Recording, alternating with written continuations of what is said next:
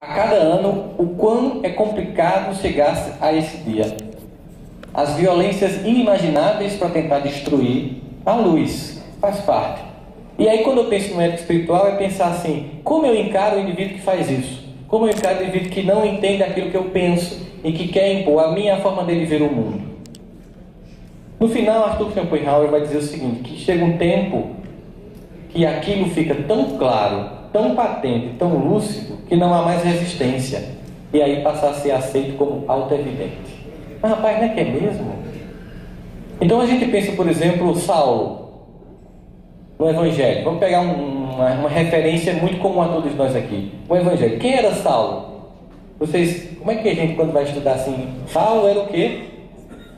Perseguidor. Perseguidor. Acho bonita essa palavra, gente. Perseguidor de cristão. Não é bonito? Porque assim, vocês sabem o que é o termo politicamente correto? Politicamente correto é a definição que os americanos fazem para você ter uma coisa chocante sem chocar.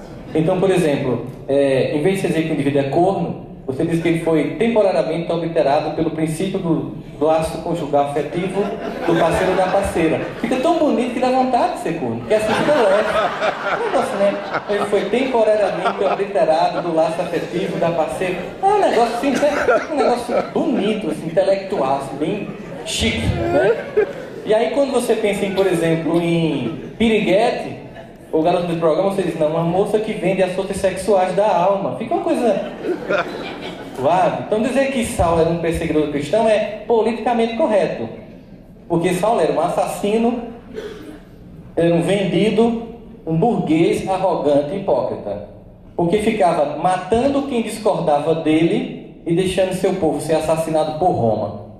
Porque nunca ninguém vê no Evangelho que Saulo se reúne com o Sinédrio para tentar expulsar Pilatos da Judéia. Porque enquanto o povo era escravizado, as mulheres violentadas, ele estava matando quem acreditava na verdade que chegava naquele momento, no paradigma novo. Então quando a gente pensa em ética espiritual, a gente pensa assim, que sempre que esse novo chega, o establishment, aquele que já estava pronto, estabelecido, e naquela zona de conforto do Sinédrio, que hoje se repete em várias manifestações equivocadas, não das religiões, mas de algumas pessoas que frequentam essas religiões. Eu não acredito que tenha uma religião contra a outra, eu acredito que tem pessoas equivocadas, porque eu conheço pessoas de várias religiões que são equivocadas e nas mesmas religiões que são lúcidas. E aí você percebe que essa resistência natural, porque você vai me incomodar, você vai me tirar do ponto que eu estava, em que eu estava condicionado, e vai querer que eu adira, ou aprenda, ou receba isso que você traz para mim, aí você tem a resposta da violência, que é algo completamente natural, e a gente se perguntaria, como é que fazer? Eu lembro que uma vez eu fui chamado para um evento ecumênico de formaturas, e quando eu cheguei no evento ecumênico, quando souberam que eu era espírita, né, aí disseram, não vou falar não, porque vai ter um macumbeiro no evento e não rola. E espírita bate burro na cabeça do povo, é impressionante. Com todo respeito a quem bate, porque a gente faz o que quiser com a mão, né? Enfim, não se esqueçam. E aí, ele não quis. Aí substituíram essa criatura e no final a programação estava que eu seria o último a falar. E aí chegou e eu vi lá no final do auditório, lá no teatro aqui, aí, uma pessoa batendo na programação. E aí eu olho e assim, esse cara não vai querer falar antes de mim não, ele só vai aceitar falar no final. Aí lá vem a moça do cerimonial, bem constrangida. Eu queria falar um negócio pro senhor, me desculpe, eu disse, já sei, ele quer falar no final. Você é vidente, porque você não pode dizer nada assim extraordinário. Não, eu sou psicólogo, há 15 anos eu atendo, não é muito tempo não, mas também não é pouco. Dá para fazer uma leitura corporal da irritação dele, porque eu estava no final da fala. Ele quer falar antes? Deixa ele falar antes. Aí eu disse assim, meu Deus, eu não sou evoluído. E se ele me atacar, como é que vai ser? Vai rolar um feito aqui. Não vai ser legal. Me ajuda aí, galera. Vamos ver como é que a gente faz. Vamos criar uma linha de argumentação que impeça a crítica. Eu comecei a falar sobre como era bonita aquela mesa. Porque ele não sabe ainda. Um dia ele vai entender. Porque a luz chega, mais cedo ou mais tarde. E não nos cabe o ódio de quem ainda não enxergou. Mas a misericórdia é para mostrar que a gente vivencie o discurso que a gente quer que ele aprenda. Porque se eu quero que o outro seja tolerante, eu não consigo tolerar a intolerância dele, não a violência, que eu não posso tolerar, mas a ignorância dele, se eu não consigo tolerar ou entender o espaço temporal da ignorância dele, eu não tenho tolerância em mim também. E aí eu comecei a dizer da importância daquela mesa e disse assim, isso mostra maturidade, porque a vida humana no coletivo é como no processo do desenvolvimento das pessoas. Na infância nós temos algo a desenvolver e algo a deixar de fazer. Na adolescência também assim vai. E quando a gente pensa, por exemplo, na adolescência, que é o período que há uma grande exposição social sobre o indivíduo, pelo momento muito profundo e profícuo de mudança por qual todos nós passamos, a gente lembra que na adolescência tem uma característica interessante, é que na adolescência você vai para o grupo de igual, porque você não quer mais ser papai e mamãe, você, inclusive, pai e mãe passa a ser pagador de mico de filho, ninguém quer chegar com o pai na frente da escola. E aí você quer ficar com seus amigos que pensam como você. E o que mais chama a atenção na adolescência não é eu ir para a minha turma, é que a afirmação da minha turma, ela se baseia na negação das outras turmas. Então, por exemplo, aquele adolescente que gosta de heavy metal, coloca aquelas rostos lindos de Marilyn Manson, assim, aquelas caveiras pretas, aquela coisa bem, ele começa a criticar quem gosta de jogos em redes, por exemplo, quem gosta de Xbox, que também critica quem gosta, por exemplo, de esportes radicais. Então, a base do discurso do adolescente para afirmar sua tribo é negar a tribo do outro. Mas isso é coisa de adolescente, e certamente não vai acontecer aqui. E quando eu olhei para a mesa, o camarão do rosto do rapaz estava grande. Irritadíssimo, porque se ele fosse criticar, ele ia se colocar na condição de adolescente. E nada do que eu estava fazendo não era o desejo de que ele amadurecesse, porque eu, durante muito tempo, fiquei irritado quando chegava alguém tentando me impor a forma dele ver o mundo. Especialmente no campo da fé. Eu ficava muito irritado. E aí, às vezes, eu começava a fazer estudos mais profundos, porque é um conjunto de versículos que são pegos assim, tirados do contexto para gerar pretexto, e que não tem profundidade de análise. E quando você vai com um simples argumento, eu lembro dando uma aula sobre Jung, e um aluno disse, isso é coisa do demônio, isso é coisa de Satanás, isso não pode estar falando na universidade. O que, meu filho? Esse negócio de magia, não sei o que, essa coisa toda, lá. Eu disse, você está dizendo isso por quê? Porque na Bíblia está dizendo que é proibido, parará. Você está lendo uma Bíblia que é diferente da minha? Oi. Por quê? Como é o nome dos reis que encontraram Jesus quando ele nasceu? Os reis magos. Repita para mim. Os reis, ela já falou, calma, magos. Eles eram magros, Herbalife, ou magos? Era magos. Agora, eles acharam Jesus porque tinha um GPS no camelo do Tonton, ou porque eles eram astrólogos, porque não tinha astronomia na época. Aí agora eu tô achando que tudo é do mal. A criatura vai estudar. Mas veja, isso é ridículo fazer isso. Eu lembro que quando um aluno... Quem é professor aqui? Levanta a mão. 3 encarnação numa. Errou muito no passado também. Para estar sendo professor nessa. Escola pública é 5 encarnação numa. Ensino médio fundamental, aí meu filho, você vai se iluminar numa vida. Vai atingir o nirvana. Pode ficar tranquilo, vai valer a pena no final. Acredito. Eu dando aula, e acontece uma coisa incrível. Às vezes, parece que uma conjugação astral se coloca de uma forma tal que os piores alunos vão para uma única turma. Já aconteceu com vocês? E aí você faz, meu Deus, amanhã, criatura, ela naquela desgraça daquela turma. E tinha uma turma que era assim. Era psicologia do consumidor. Aí, meu Deus, é aquele dia daquela turma. E tinha um aluno em particular nessa conjugação cósmica, nefasta, que tornava a minha aula um inferno. E aí eu disse, um dia eu pego esse miserável. Porque o sentimento corporativo de vingança do professor é natural, né? E aí eu cheguei lá, ele estava irritado porque o Brasil tinha perdido no vôlei de praia para Portugal. E eu disse, mas por que tanta irritação? Professor, perdi para Portugal, um país que nem praia tem. Eu fiz, então, Pedro Alves Cabral chegou aqui de trem. E todo mundo riu dele. E o que eu consegui com isso? Melhorar a condição psicológica da turma a meu favor? Não. Eu aumentei profundamente o nível de hostilidade que eu usei do meu poder temporário para humilhar um aluno. Foi isso que aconteceu. E aí eu chamei ele para conversar depois na cantina. Rapaz, vamos fazer um armistício. Israel e a Palestina sentou um dia desse. Vamos tentar.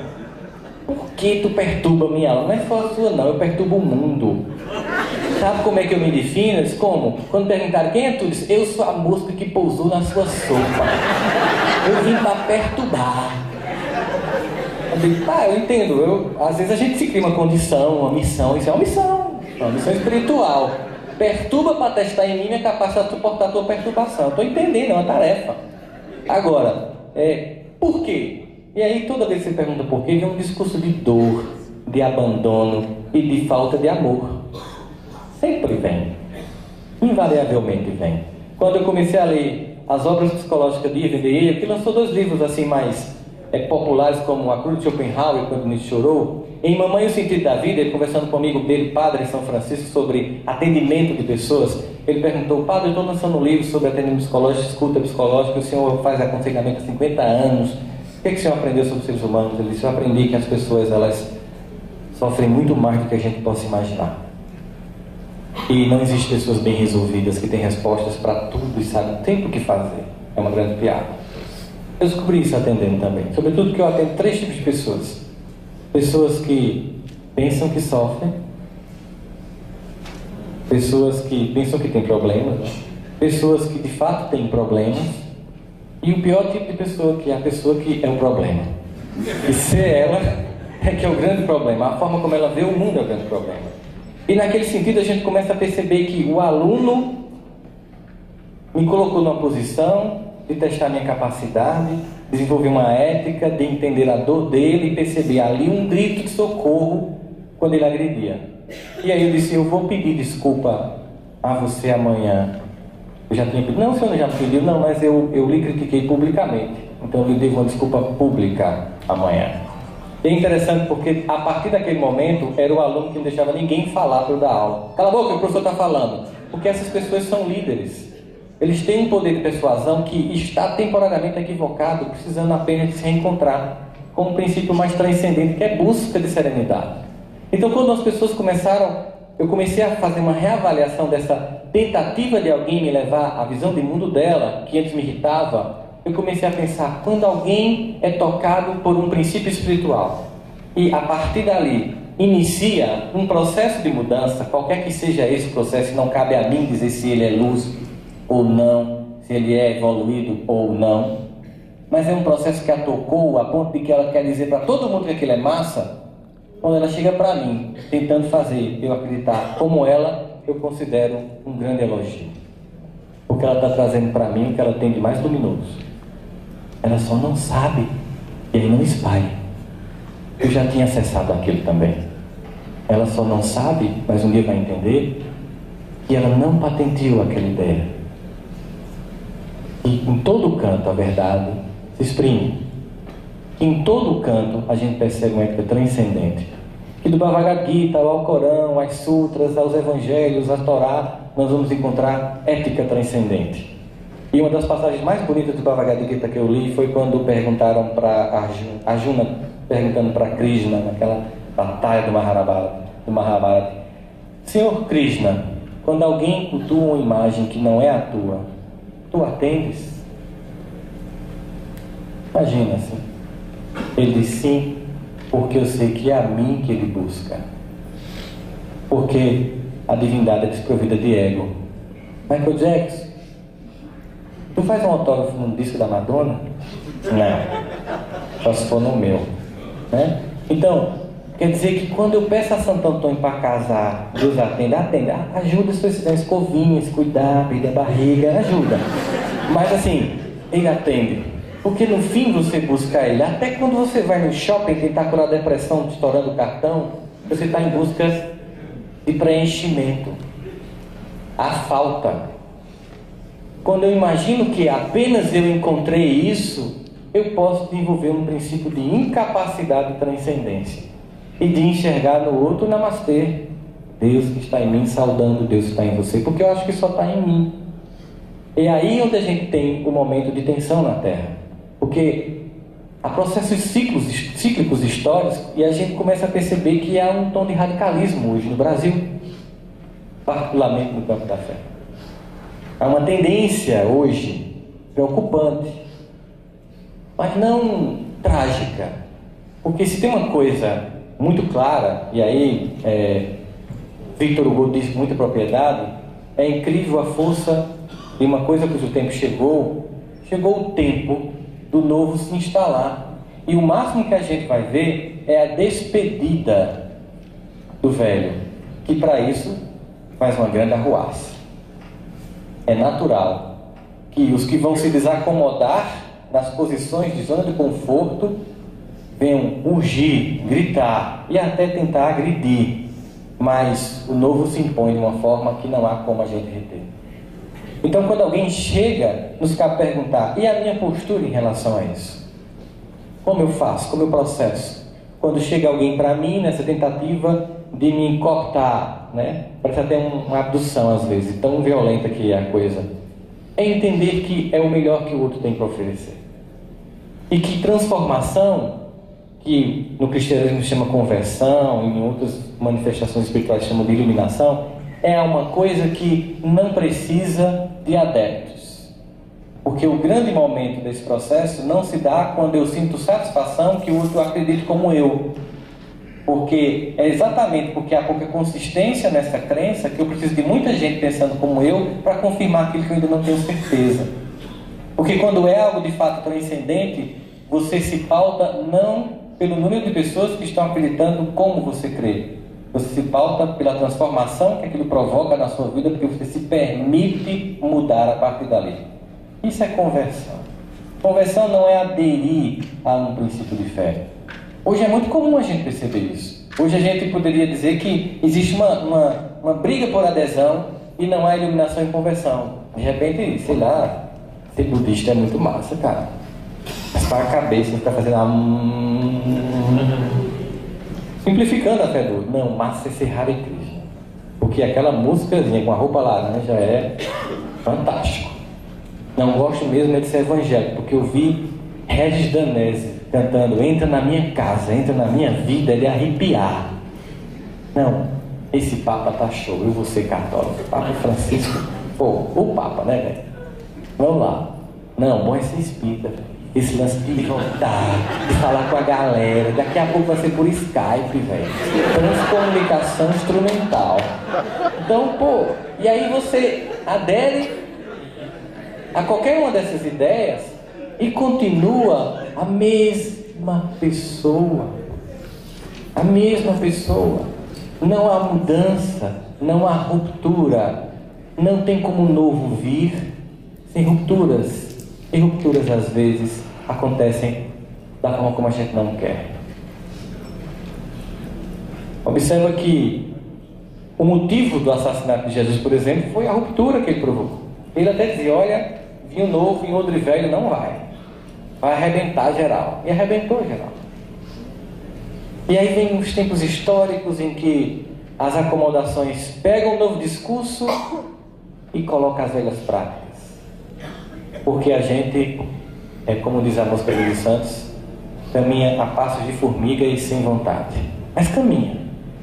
Há uma jornada, há um processo de crescimento. Quando você pensa que o representante de uma religião que no passado, não hoje, é uma análise histórica da igreja, matou, queimou, destruiu quem pensava diferente.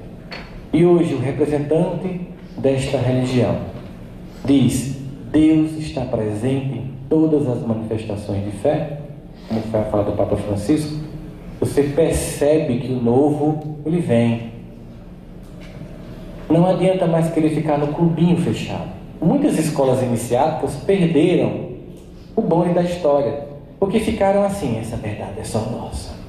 Houve um tempo que era necessário esse cuidado com aquelas verdades, mas chega um tempo histórico que aquilo tem que ser trazido para todos. E aí ficou clubinhos fechados que não atraem mais ninguém, porque aquilo já está em qualquer livro que você queira ler, em qualquer site da internet, porque chegou o tempo das coisas acontecerem. Então a grande pergunta é: nós que cá estamos e que nos vemos como alguém mais desperto, porque percebe em todos um Deus que alguns acham que só está em si, desenvolvemos uma ética espiritual? Nós suportamos a infantilidade, que é a agressão de quem discorda de nossa forma de ver o mundo? Nós nos trocamos como essas pessoas, nós repudiamos esse comportamento e nos trocamos, ou nós entendemos como um momento que vai passar, porque lá também já estivemos. A gente vai para o embate, a gente vai se trocar, a gente vai se estapear, a gente deve defender pontos de vista, mas se perguntar, o que eu estou defendendo é um princípio de pacificação, o que eu estou defendendo é um princípio de transformação pessoal. Eu posso fazer isso usando da mesma violência que eu digo que no outro é ruim? Quando a gente lê aquela série das 1918, que a gente está acompanhando, feito por um historiador brasileiro, a gente percebe uma coisa fantástica, que é característica do Brasil, para falar particularmente na nossa ética aqui, que é um país esquizofrênico. O Brasil é um país esquizofrênico, ele diz uma coisa, mas faz outra, quer uma coisa, mas faz outra. O professor sabe o que é isso, né? O pai chega para você e diz, olha professor, eu estou botando meu filho aqui na escola porque eu quero sua colaboração com a educação do meu filho, eu quero que você me ajude a educar essa criatura, tá? Você acredita, idiota, acredita.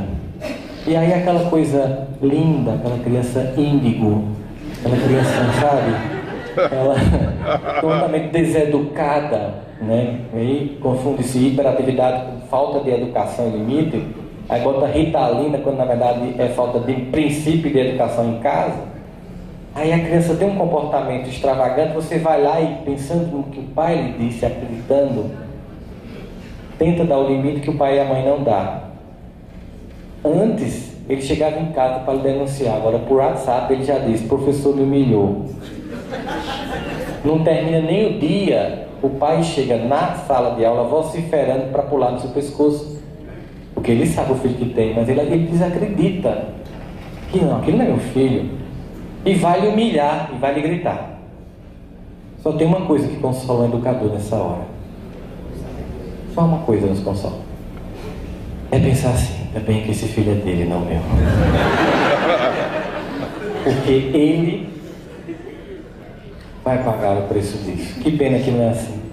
Porque esse filho dele, no mundo que é uma teia, que é uma constelação, pode pegar um caminhão, entrar numa via expressa em horário proibido, e para não ser fotografado pelas câmeras, levantar a caçamba e lá na frente matar 5 pessoas.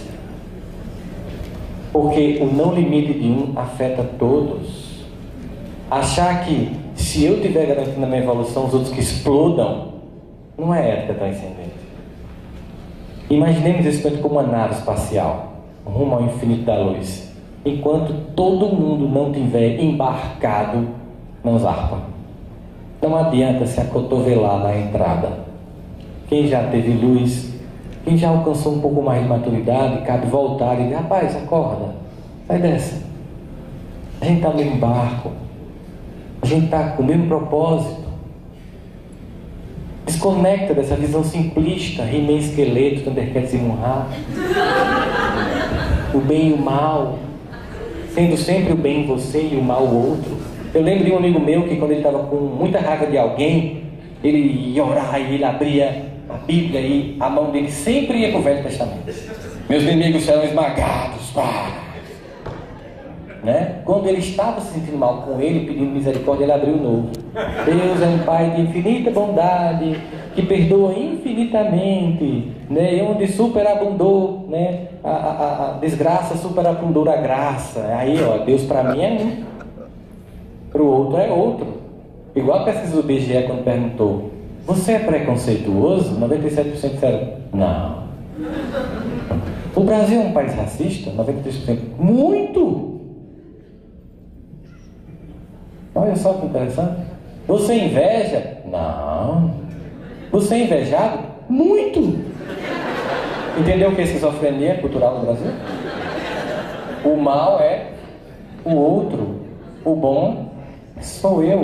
É por isso que Jung diz, a maior caridade que nós podemos fazer à humanidade é não projetar a nossa sombra em ninguém. Lembro que o professor Hermógenes, ele vinha muito aqui no Encontro da Nova Consciência, e um dia eu fui escalado para levar ele para almoçar no Govinda. Eu entrei no estado eufórico, eu almoçando com o professor Hermógenes. Ele disse, professor Hermógenes, aí bem aquela tetagem, professor Hermógenes, aí me deu uma dica, ele disse, Como é que eu amadureço? Ele disse, assuma que você não presta. Que quando você assumir que você não presta e você enxergar a sua sombra, a luz começa a vir. E é interessante isso, porque a ética, ela é permitida quando eu enxergo que naquilo que eu vejo no outro tem componentes de mim. Aquele lado ainda não é nefasto. Aquele princípio de transcendência que eu vou entender por que ninguém poderia atirar a primeira pedra. Porque todos têm uma sombra imensa. Uma sombra imensa. E essa sombra nos incapacita do julgamento. E qualquer um que não reconheça isso está tão distante da luz, querendo estar próximo, que nem imagina.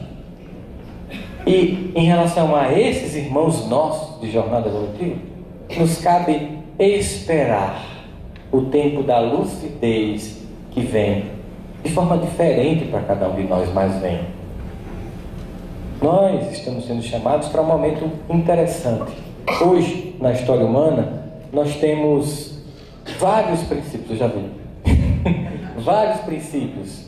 E quando a gente pensa em qual é a grande proposta para o dia de hoje, para todos nós, a gente poderia dizer que em cada época da história humana, nós temos uma virtude a desenvolver e nós temos uma deficiência moral coletiva a combater. A virtude do nosso tempo é o desenvolvimento intelectual. Nós somos frutos disso. Quando a gente pensa em Jacques Delors, está um Unesco pensando o que é um homem ser altamente integrado, formado, é aquele que aprende a conhecer e aprende a conhecer, aprende a fazer. Os dois primeiros pilares da educação. Os outros dois, aprender a conviver com e aprender a ser. Aí é da gente derrapa. Então, hoje, a virtude do nosso tempo, sem sombra de dúvida, é a atividade intelectual. A deficiência a ser combatida é a indiferença moral. A indiferença moral é a característica da esquizofrenia dos crentes de todas as fés, de todas as formas de fé, que imaginam-se detentores da verdade e que para isso usam de toda a tirania para preconizar sua forma de ver o mundo, se distanciando daquilo que buscam. É o caráter esquizofrênico do indivíduo. É a ambivalência na visão mais rudimentar. Não a ambivalência do reconhecimento de alguém que está buscando transcender da sombra para a luz. Como Paulo narra numa carta em Romanos, quando diz, quando eu quero fazer o bem, o mal está comigo. Eu percebo que tem sombra em mim. E quem percebe que tem sombra não levanta pedra porque não pode. E aí, esse sentimento de sombra, de reconhecimento de que há em nós muito disso, é o que faz com que a gente enxergue o outro e entenda o tempo do outro perceber. Que nos dá a capacidade de não se sentir superior aos demais. Que nos dá a capacidade de não achar, não estou indo lá no encontro. No fundo, a minha verdade é melhor. Mas a gente tem que tolerar os outros, né? Tolerar é uma palavra até que não deveria ser utilizada. A gente utiliza porque é mais didático e compreensível. Nos caberia reverenciar a forma como o outro enxerga o mundo. Porque conforme um profeta islâmico que gerou uma nova vertente de manifestação espiritual chamada Baha'u'llah, a beleza de um jardim está na diversidade de suas flores. A diversidade acrescenta, a diversidade amplia horizontes, o mesmo empobrece. Quando a gente estuda neurologia, por exemplo, a gente percebe que como o mesmo empobrece. Quando você come sempre o mesmo sabor de pizza, na mesma cadeira, vendo o mesmo programa de TV, está envelhecendo. Porque o mesmo empobrece. Quando você conversa com pessoas que só acreditam no que você acredita e pensam o que você pensa, isso não é um diálogo. É a lagartixa, é mesmo.